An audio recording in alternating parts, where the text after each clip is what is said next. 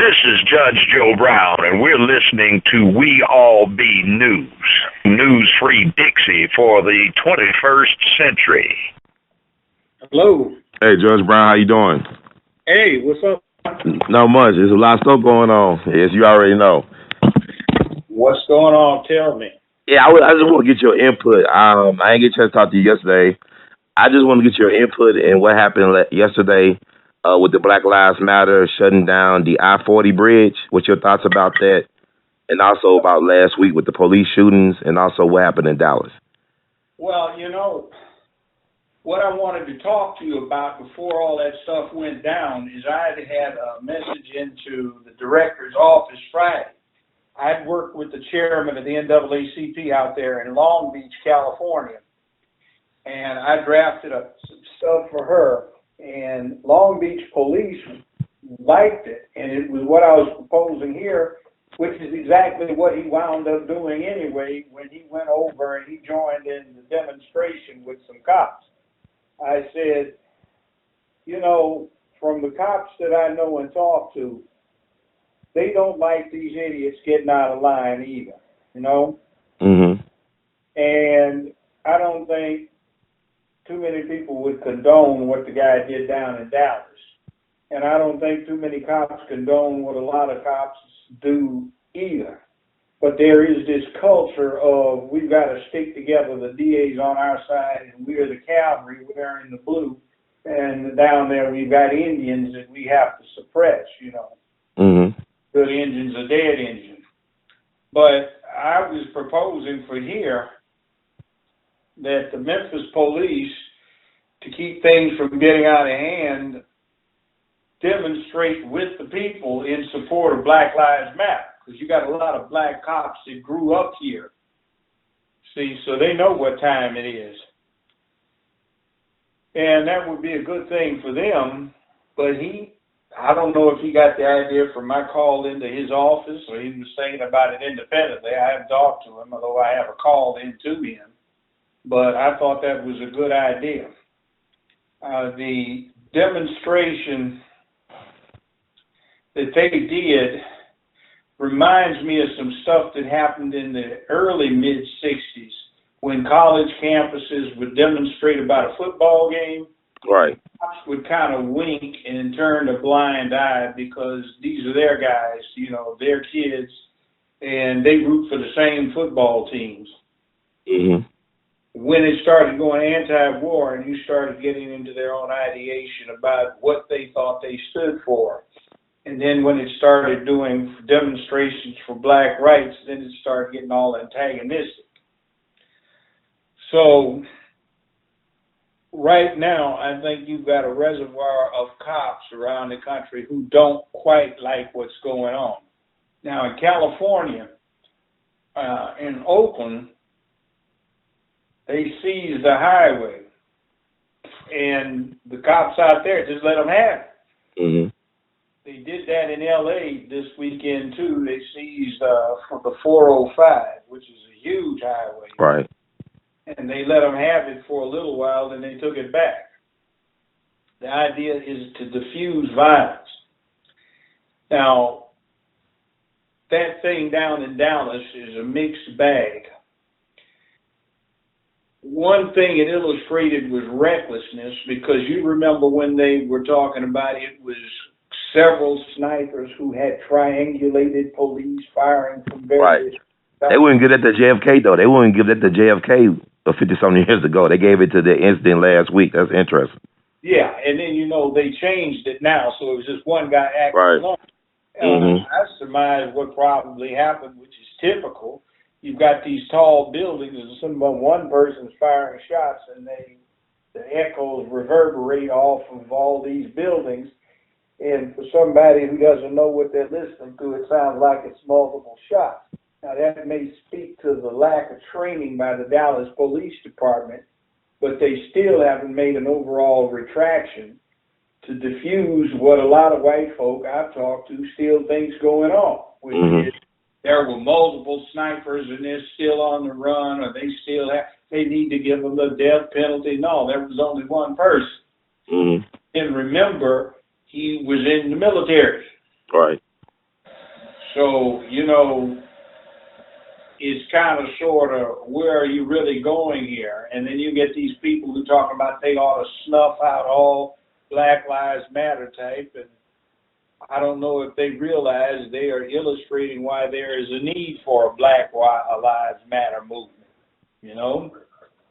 If you think that somebody's saying, hey, we matter too, oh, they need to burn in hell for saying that. What are you thinking subconsciously, Mm-hmm. But I think what happened was the cinder that blew into an open flame was that courageous woman who calmly and bravely was narrating what happened to her boyfriend who got shot to death in that car sitting next to her. Right. And you heard that panicked cop's voice, and that was just, this is a punk. He doesn't need to be in this profession. He should have psyched out before. And you can see the gun trembling in his hand. And then when these people rush up his backup, they're all in panic mode. You can hear their voices quivering, everything, and she's calm. Mm-hmm. You hear a brave woman. These are not brave people. And what I think is going on is, what with the shortage of police, they're getting too many in that are trying to prove to themselves that they have what it takes, rather than being somebody who's got it. Mm-hmm.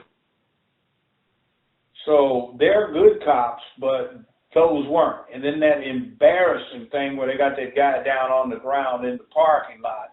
Right. They've got his arms pinned down. You can see it. Guy pulls his pistol out and then winds up shooting the man 4 times. Mm. See, and you see it. Yes, sir. Well, what excuse is that? And then this guy says he was reaching, I was worried he had a gun. Well, hell, he told your fucking ass. And even the mayor of the town said if he had been somebody white, this wouldn't have happened. They tell you when you get these fucking permits, if an officer stops you, first thing, tell him you have a weapon and you have a permit. Tell him where the weapon is. And then offer to get your ID. That's exactly what he did. The guy shot him. That just illustrates somebody that's either trigger happy because he wants to get a scalp on his wall, or he's punked out scared. What about Baton Rouge? What's your take on that? The Alton Sterling thing that happened before? That's you talking about the guy down on the ground? Yeah, Louisiana. Yeah, outside that's what I'm talking about. Okay, so the Castile guy, he was the one that said he had a permit for his gun as well too, right? The Minnesota case. So they both had guns on their person. They both had guns on their person. Well, he didn't have it on his person. He had it in the car. Okay. This the Castile guy, right? The Minnesota guy? Yeah, okay. Courageously narrating what's going on. Yeah. Okay. And the one in Louisiana had a gun as well too, right? Is that true? Yeah, and what's this? If you can believe the story, they claim a homeless person said the man flashed it at him when he became too aggressive and begging for money. Okay. If that's what happened. If that's what happened. Let me ask you this, because I think it's interesting, because I know they had a big meeting today in Memphis at these churches, and I'm thinking about what happened in Dallas, and I can remember what happened, or reading about what happened a couple of years ago, or 43 years ago in New Orleans with the Howard Johnson sniper, the Mark Essex guy from Kansas, who was a Navy guy in Black Panther. He ended up killing 5 police officers, shooting as a sniper from the Howard Johnson Hotel, downtown New Orleans. And he started his rampage at the police precinct and ended up killing, I guess about 5 cops and about 9 people overall, if I'm not mistaken, before he was taken down by a Marine helicopter and SWAT team in New Orleans back in 43 years ago. So how can we resolve this? Because we're dealing with the same issues that Mark Essex was doing, and also this guy, Michael Johnson in Dallas. No. Forget Mark Essex. Forget all of this stuff. Okay. What's been happening around the world? Mm-hmm. You've got a tense world that's brought about by a paradigm shift in the landscape. Okay. As a result of technology and computerization. The people aren't used to it. The governments and the social institutions haven't done enough to change the people so they have adapted to it. It's strange. They fall back on assumptions and other stuff, and they get violent. There's also inherently an implication about the way our system perceives things. You know, we are always after an Al-Qaeda leader. You know, we are always after a Stokely Carmichael, a Rap Brown, Right. or a Malcolm X, or a Denmark Vesey, or a Nat Turner. Because our system does not think that minorities have independent minds. It always has to be some agitator that incites them to riot or rise up. So they never understand that you can't fight an idea. You can't fight feelings without offering an alternative. You got people who are mad and feel like they're victimized, and they feel like they've been downtrodden. They want to play hero. They want to play martyr. They want to get to paradise. So this is something that is an attraction for young men who in today's world do not perceive a purpose that stares them in the face. They come up with one, I'm going to do something worthwhile and be a hero for the cause. They've been doing it to us, so we strike back. So we want to strike back at them, they want to strike back at us, and nobody stops to say, why is everybody angry?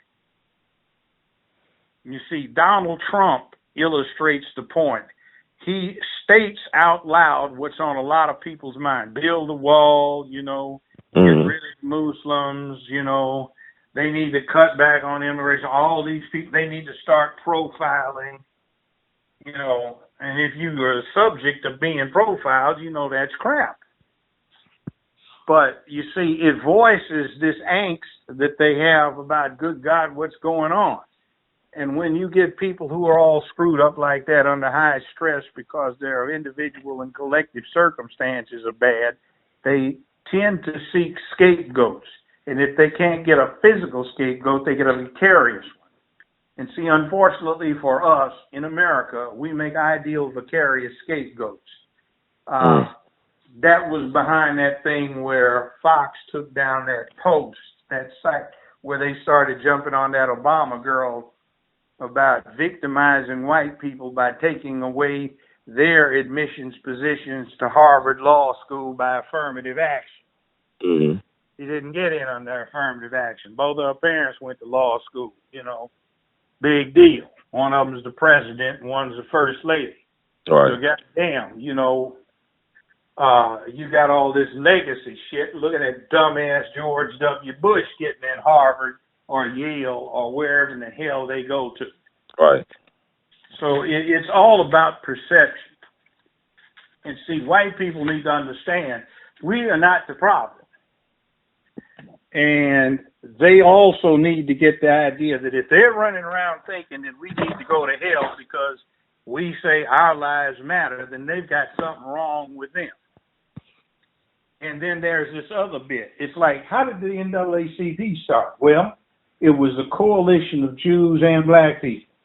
And the Jewish position was the Jews got dumped on. So if they promoted the black cause, if you couldn't do it to a Negro, you couldn't do it to a Jew. And I told you before, for the first half of the 20th century, most civil rights advances came through the SPCA laws, Society for the Prevention of Cruelty to Animals. The theory being, if you couldn't do it to a dog, you couldn't do it to a Negro either. So you see where that goes. The point is if you think somebody's life is cheap and worthless, then it's just a matter of shades of gray before the wrong group gets included in the worthless lives category. Man, you know, but I think what's going on right now is this country's stressed out. I think Trump highlights what's going wrong, and Hillary illustrates what's going wrong. In other words, both of them are some pretty sorry candidates for president. Yes. And over the last 35 years, we've had some sorry suckers running for president Mm-hmm. or in the White House. Mm. And you know, so it's illustrative of our leadership being useless. And it's also illustrative of the point we've had in this system for a long time. We get the representation we deserve. So we deserve useless leadership because we don't do what we need to do. I hear you. Well, speaking of leadership, I want to ask you about, because I know a lot of kudos and applause and acclaim has been given to the current Memphis police chief for how he handled last night's event. Correct. It was great. But the Memphis mayor was missing in action. He was on the phone trying to make an excuse. The Memphis mayor does not represent this city. Okay. You know that. Mm-hmm. He does not represent this city. The director of police acted in an outstanding, enlightened fashion. Mm-hmm. And as I just talked to you, that's what I was trying to get to you to suggest that if this, to set this up. Right. I made a call to the office. I doubt he got my message, but that was my intent. He did just what I was thinking would be the best thing to do. Right. Go down there and join in the protest and say, hey, the police don't like this kind of crap either. And black folk don't like drug dealers. They don't like gang members. They don't like burglars. They don't like thieves. They don't like rapists. You know what I'm saying? That's right. They don't like robbers. Cops don't like them, and they don't like crooked or sick cops either. And a lot of them are very brave men, and they don't like it when they got a bunch of cowards running around besmirching what they're all about. So you got people that will join in. Hey, we're right here with you. Well, let me ask you about this as well, because I know Memphis Police Department has also been the highlight in terms of 2 officers were suspended for sharing a photo of them of a police officer shooting a black emoji, and they got suspended. So we got this idea of race soldiers, like some of these police officers being race soldiers, meaning that they are serving white supremacy, that their job is to. So there's a lot of race soldiers. Okay. You got just that same thing. See, one of the bad problems is there are a shortage of police officers, even though there are funded positions. Mm-hmm. And they're trying to recruit. And what they come up with, to a great extent, are people who come from the wrong areas with the wrong mindset. Okay. They don't come in here with, I'm going to do my part to make my community an orderly place. They come in with the mindset of, I'm going to protect my community from these animals in that other community. Mm. You've got too many people that were in service organizations in the military instead of being infantry, you see what I'm saying, or combat personnel, and they didn't get their shooting, so they want to come back over here and they want to get something for their den wall, a trophy. Mm-hmm. Not all of them, but too many of them. Yes, sir. And if anybody needs to be psychologically tested, it's some of these people before they get put on the police department. You see, I know cops that have never had to pull their guns and have always been able to generally control the situation because they were cool and they were brave people. Right. And they respected the folk that they were dealing with generally. Mm-hmm. And then there are other people that are scared to death. And they're trying to prove that to themselves that they got what it takes, the right stuff. Right. See, I grew up in L.A. What is South Central, used to be called South Central L.A., but hadn't even been called that when I was growing up there. Yes, sir. And the person you had to worry about was the scared one. He'd shoot you. Mm. You know, like, hey, man, look, man, what you talking about, man? Man, just back off, man. I'm not talking about nothing, man. Right. Just chill, man. You got a problem, man. Man, what you saying, man? What you saying, man? Man, just back off, man. What's wrong with you? Man, bam, bam. Right. Why That's Minnesota right there. That's Minnesota right there. That's Minnesota last week. What's the dude, man? Mm-hmm. Man, he's about to make a move. Man, that dude wasn't doing nothing, man. What's wrong with you? Mm. See, it's the scared one. And you can see in that video clip, that brave woman shot, that man's hand shaking. Right. And that quaver in his voice. Mm-hmm. She's sitting right next to the guy when he got shot to death. Right. She's in the line of fire. She's being brave. That other dude who's supposed to be a man, and you know this thing, men are supposed to be braver than women, they say. Right, that's so supposed here to. he is punking out on video, and you can see her brave. You can see it. Body language, tone, you know, demeanor, they're scared. Mm-hmm. So, Judge, go ahead, I'm sorry. Go ahead. Yeah, I'll ask you, like, with the Black Lives Matter protesters, what they did yesterday, and they was able to get, I guess, a meeting today, whatever they're doing today. What should they want to strive for? What would be the solution for what they're trying to do? The point is that there is no excuse for a lot of these shootings except for fear.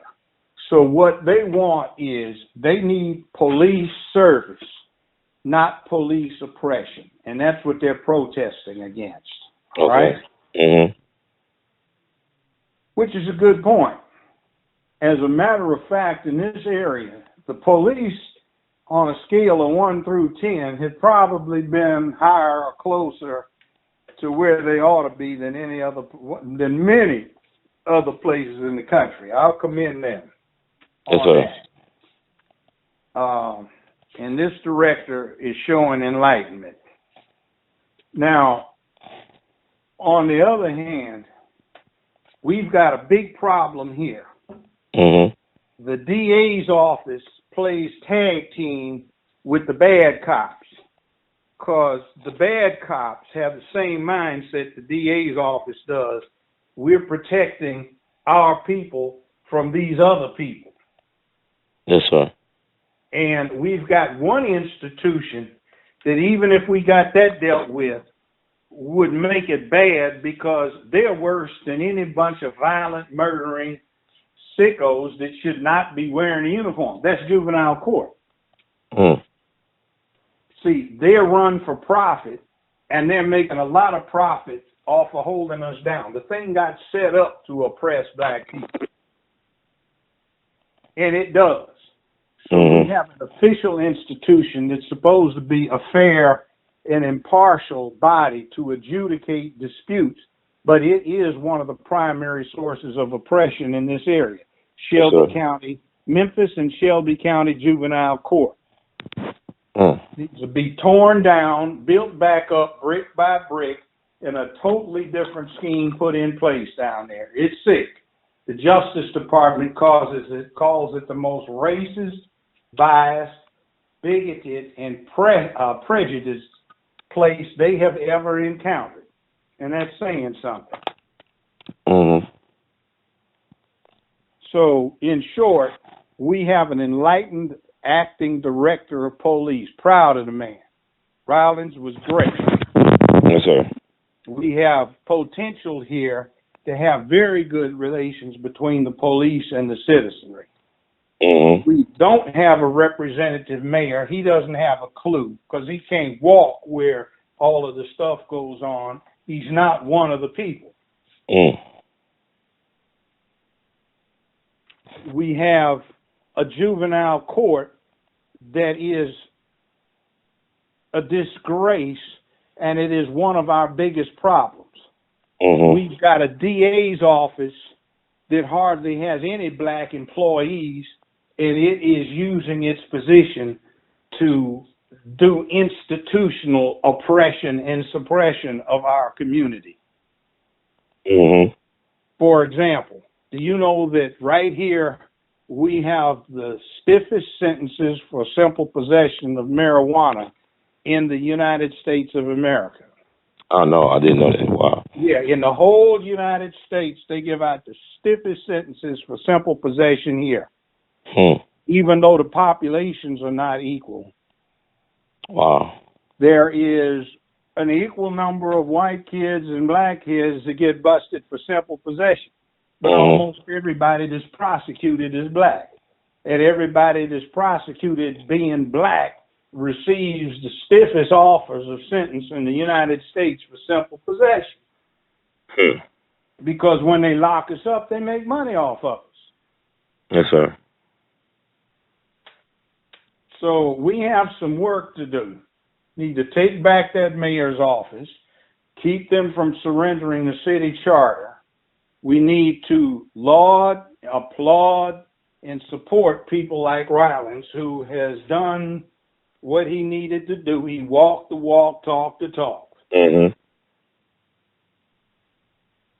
see, he was out there, and he wasn't running around, oh, my God, somebody may shoot me. There may be a sniper looking to shoot a policeman like they did in Dallas. Right. I would commend him on that. That was very brave for him to do. I was really shocked when I saw that, actually. How But I was saying, well, is they kind of trick the love of people to sleep, though? That's my concern. No, it's not. That's because a lot of cops are good people. Okay. And they are not against us. A lot of them are one with us. It's the ones that don't need to have on a uniform and have a gun because they are so full of fear, and they look at black people as such, as so much beneath them. Right. That they can't control what they do. Yes, sir. Now, sometimes there's some legitimate shootings. It happens. You can't get around that. That's the nature of the beast. But, see, we need justice on the streets, in our homes, in our schools, in government, and in the courts. Yes, sir. But we need to give an award. The community needs to have a hero presentation for our director. And he was offered the job full time, right? He's not the interim. He's the interim. But I don't know if they've offered it full time. Okay. So, our mayor was about the business of trying to bring somebody in from outside of Memphis to take the job permanently. Well, let me ask you this. I mean, because you're a legal mind and, you know, you got a track record. I just want to ask you about Freddie Gray's situation in Baltimore, how the prosecutor is being, you know, they want to disbar her now, and the cops are beating the charges so far in the Freddie Gray situation. And what's your take on the situation in Baltimore? You have the system, you have the juries. The jury did what they did, and the standard is beyond a reasonable doubt. In other words, in America, you can know somebody did it, you're sure they did it, but there is a legal, reasonable doubt. You got to cut them loose. Right. So did the prosecutor fail in, like, giving out the correct charges then? I mean, we know she failed making her case, I guess. Well, the prosecutor doesn't give out the charges. The judge charges a jury. Okay. As to what the law is. And what happened is reasonably within what the jury could do, within its province, and they did it. Well, what you sometimes have is not, see, we tend to want to say an individual is responsible. Sometimes it's the whole damn system. Now, after World War II, you know, the Germans were saying I was only following orders. Right. So we came up with the principle that ain't going to cut it. You have an individual responsibility. Yes, sir. But then again, sometimes we want a scapegoat. This cop, this person, that person did it. They're responsible. But no, it's the system you set up. It's the system that's in place. And see, there's a bad thing about systems when it comes to governance, yeah, you can have individuals who suffer from it directly, but indirectly it comes back and bites everybody. Yes, sir. See, like take the Civil War. Mm-hmm. Yes, we suffered by being slaves. The Civil War, in essence, was fought whether to keep slavery or to outlaw it. Yes, sir. But more people died in the Civil War than ever been in every other American war put together. Mm. And our population wasn't that big. We hadn't even hit 50 million people. Mm-hmm. Then again, Germany, Nazi Germany, was only 60 some million people. It's all relative.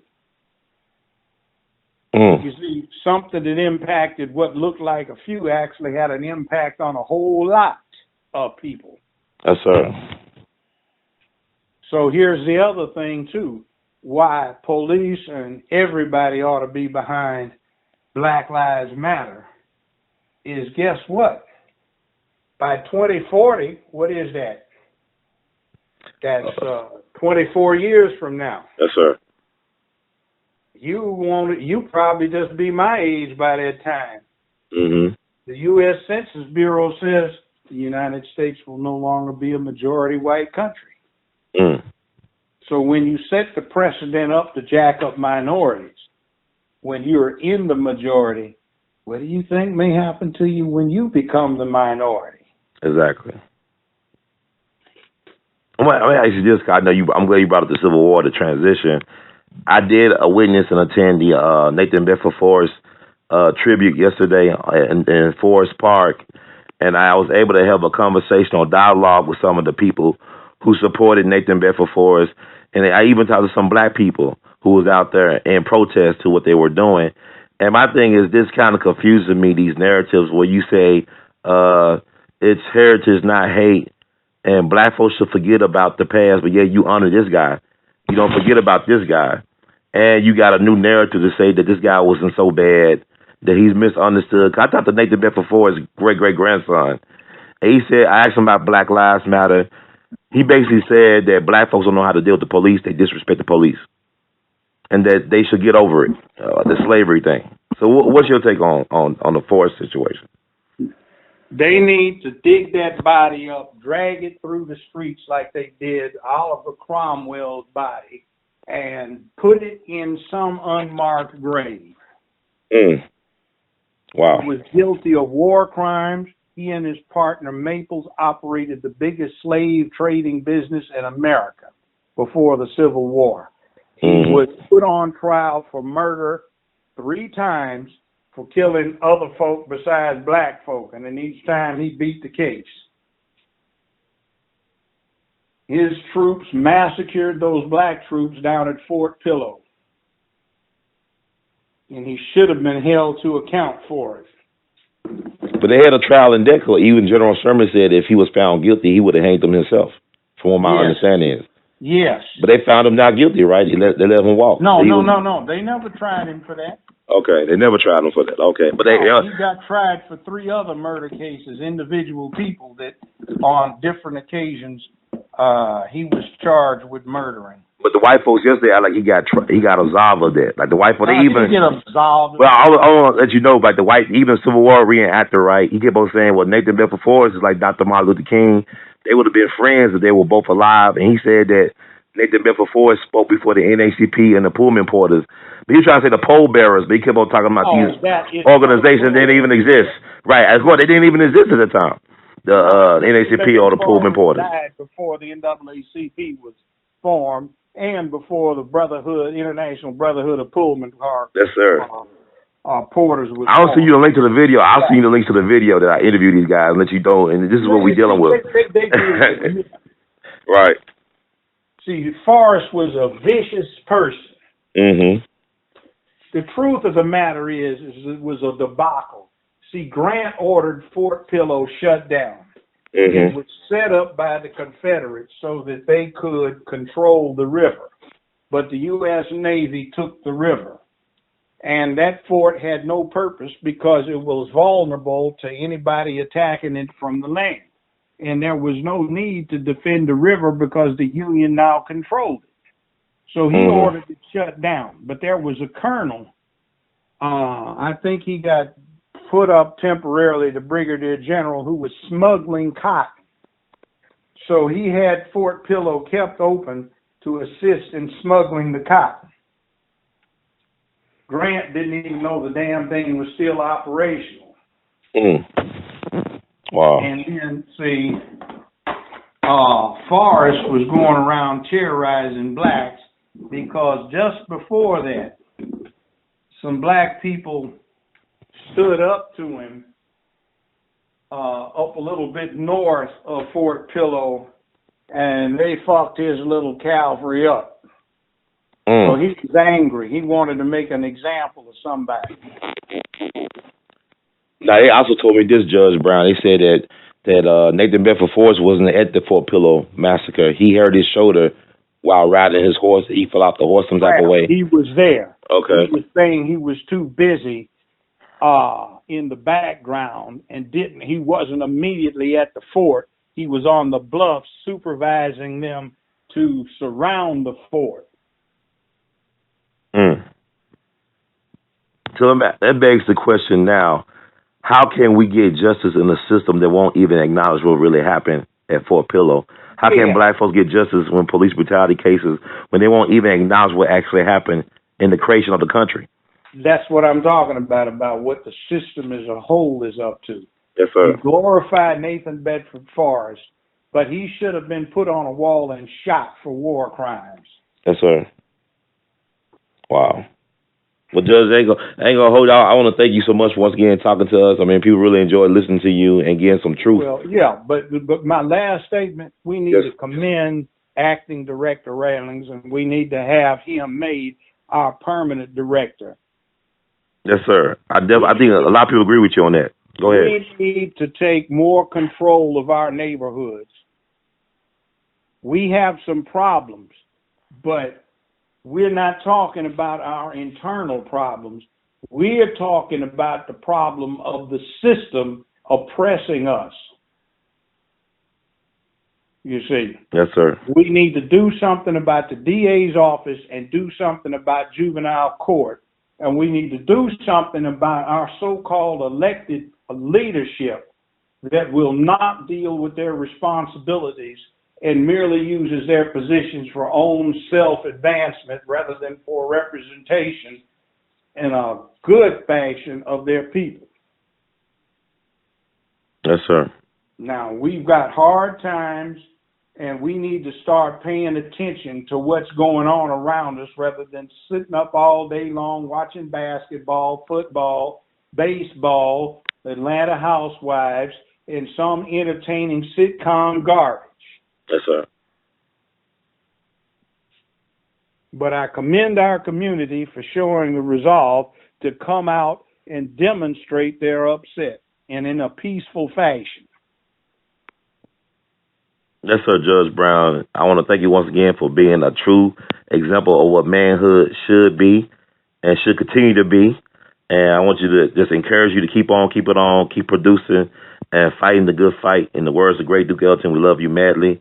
And I look forward to talking to you again very soon, sir. Take care. One other thing. Can I say this? Yes, sir. Go ahead.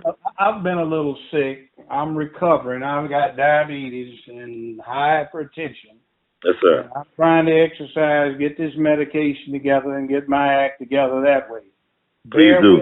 But I want to be out there with you, and I will be. So look for me to come out and help, all right? Yes, sir. You help by this being the voice and the man you are. I appreciate you because you don't even understand the type of email and text and phone calls I get from people around the country. They say we need him and they want you around long time. But they are very grateful for what you've been putting out there through my platform and other people's platform. Thank you very much, young brother. Yes, sir. Thank you. God bless, brother Brown. Take it easy. Yes, sir. You too.